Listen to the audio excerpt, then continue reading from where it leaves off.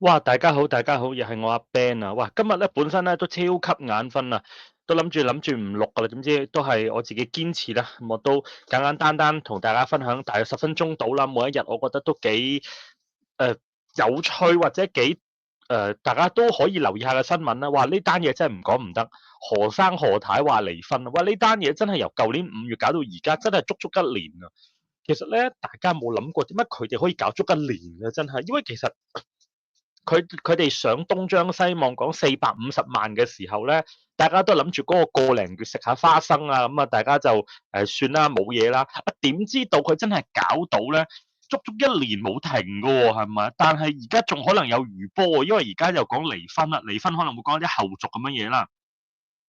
其實咧，我諗有幾個重點可以同大家分析下，其實點解呢件事咁轟動，可以搞足一年啦？我諗最緊要有3個原因。第一個老夫少妻，咁啊自古啊老夫少妻配喺香港嚟講一定係即係無論就算唔出名都好啊，都會俾人指指點點啦。因為其實你第一步你諗到啦，如果一個內地女子嫁俾一個香港大約80歲，即係大概30年嘅男人啦，叫做我唔敢叫阿伯啦，阿男人啦，咁都知道有咩企圖啦，係咪先？不外乎啊，即係大家世俗眼光都係不外乎，一係貪錢，一係貪個身份證嘅啫。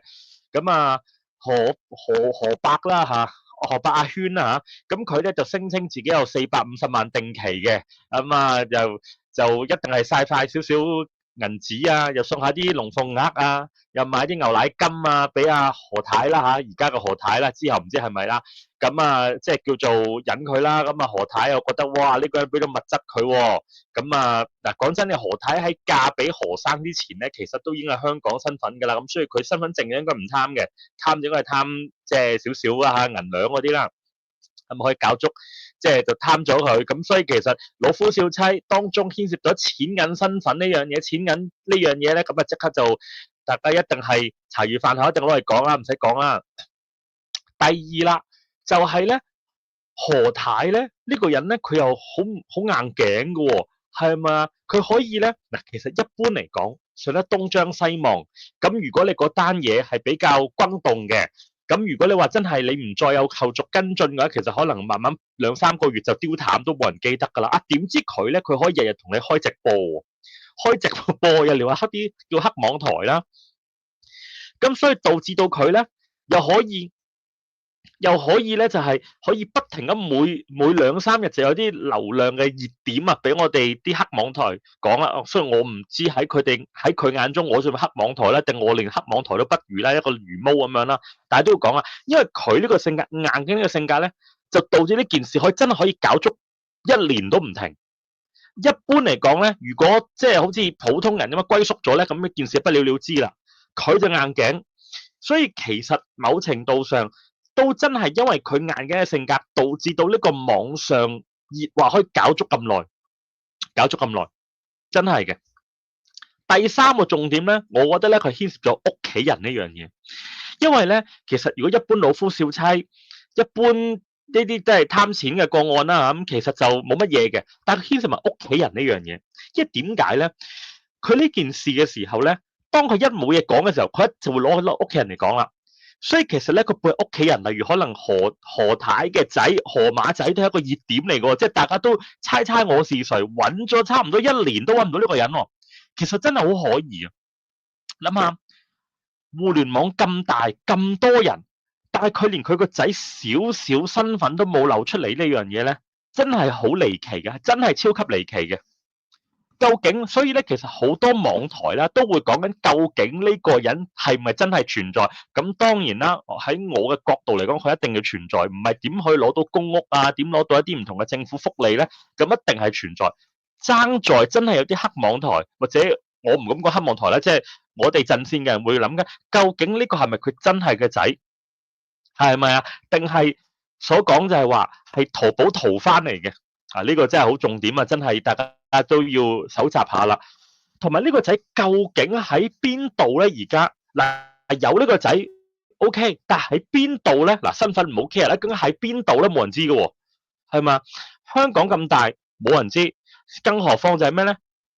出入即係何太咧係冇同佢個仔出入過一次都冇嘅喎。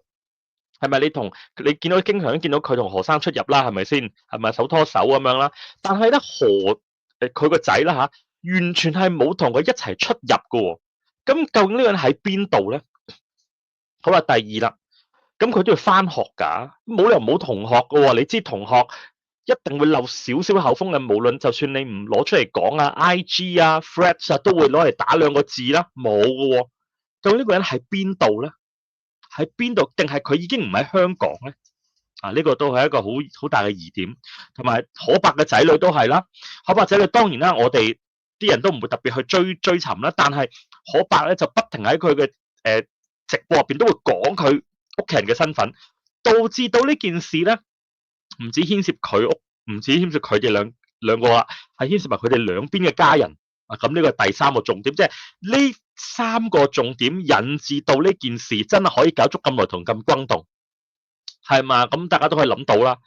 所以其實咧，究竟啊呢件事之後餘波係點樣嗱？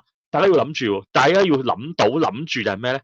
就算係離咗婚之後都好咧，未完㗎件事，未完㗎，仲有排行㗎。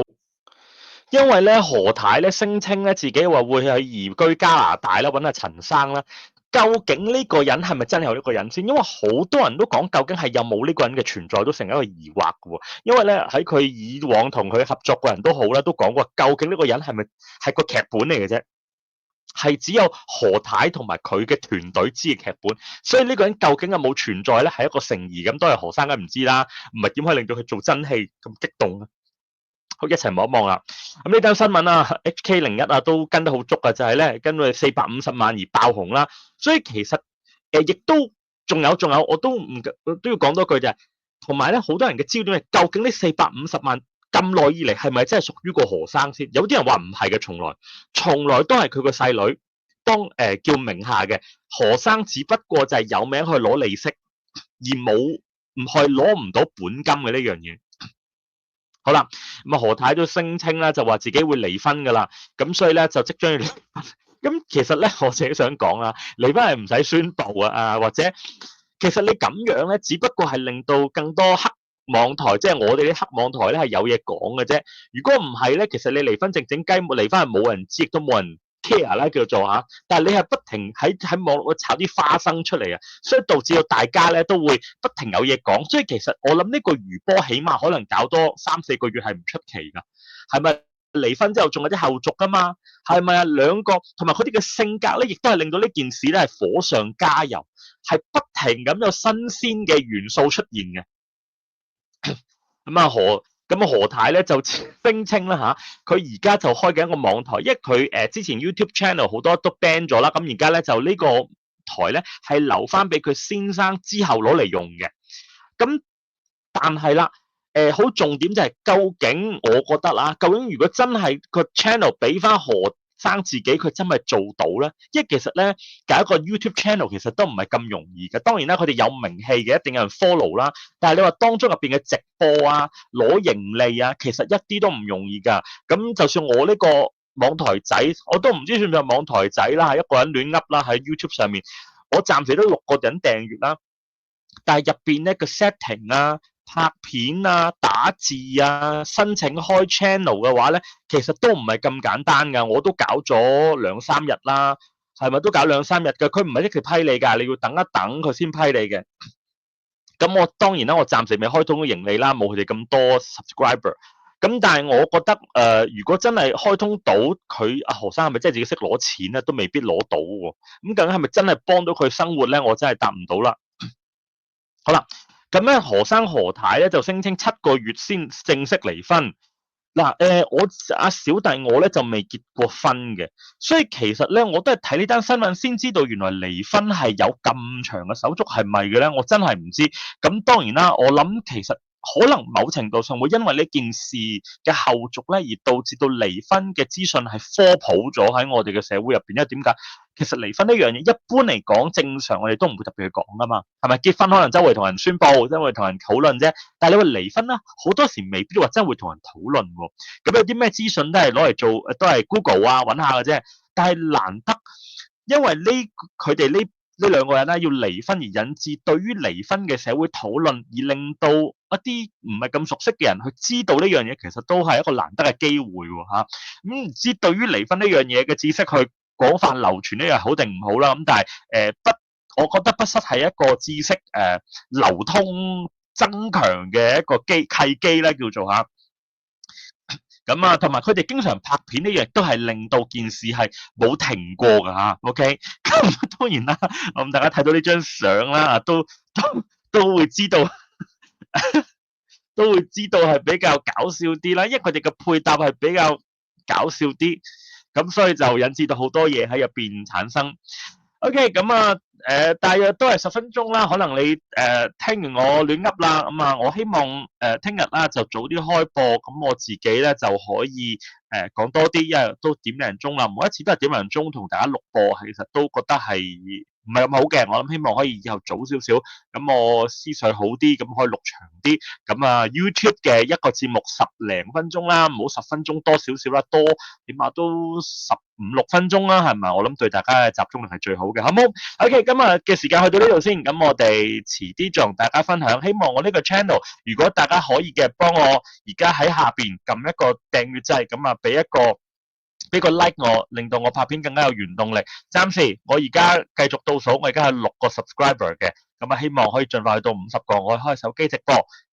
多謝如果睇過片嘅同學，同學啦，我哋嘅朋友多咗點 subscribe 點訂閱，令到我可以盡快達到50個開手機直播嘅門檻。拜拜。